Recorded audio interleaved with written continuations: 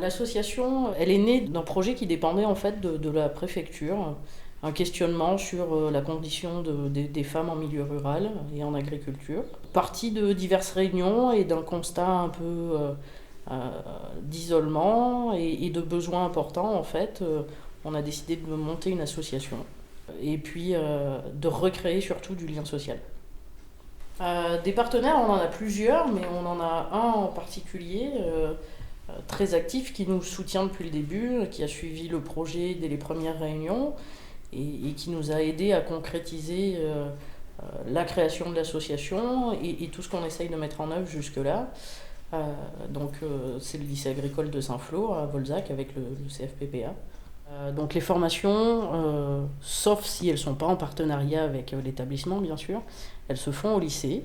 Après, toutes les autres activités sont délocalisables et délocalisées, de façon à ce que ce ne soit pas toujours les mêmes qui se déplacent et qu'on puisse aussi profiter de tous les atouts du département.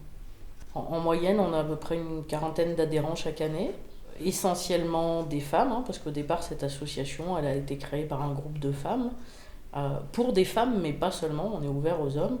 Et on a à peu près 2 tiers de professions agricoles, ou chefs d'exploitation, ou du milieu agricole, enfin vraiment, ou femmes d'agriculteurs aussi.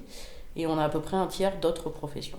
Qu'est devenue l'association par rapport à vos souhaits de départ? Elle est devenue plus que ce qu'on espérait, en fait, parce que au-delà du lien social et des activités qu'on a créées, on a créé sans le vouloir un réseau d'échange, un réseau de partage, et un réseau qui, du coup,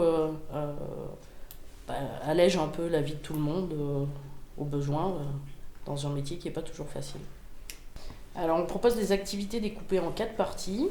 La première, c'est tout ce qui est développement professionnel, où là, on fait beaucoup de formations. Après, on propose une partie développement personnel. Ça va de sorties collectives à des randonnées thématiques, à de la sophrologie, du yoga, des visites de nouvelles activités qu'on ne connaît pas, ou de musées. Enfin voilà, c'est très vaste.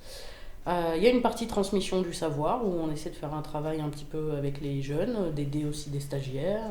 Et on a une partie échange et partage où là, du coup, on a déjà créé un échange national et on espère, pourquoi pas, faire de l'échange international. C'est peut-être ça le petit plus de l'association au bout de toutes ces années maintenant, c'est qu'on est devenus relativement amis. Et que du coup on se voit régulièrement, même en dehors du travail de l'association, et qu'on aime bien aller chez les unes et chez les autres, mais surtout on aime bien aussi aller visiter les nouveaux adhérents qui viennent nous rencontrer, qui s'installent, qui ont de nouveaux projets, et de la diversité dans l'association, c'est bien aussi. Il n'y a pas de projet qui sortirait plus du lot.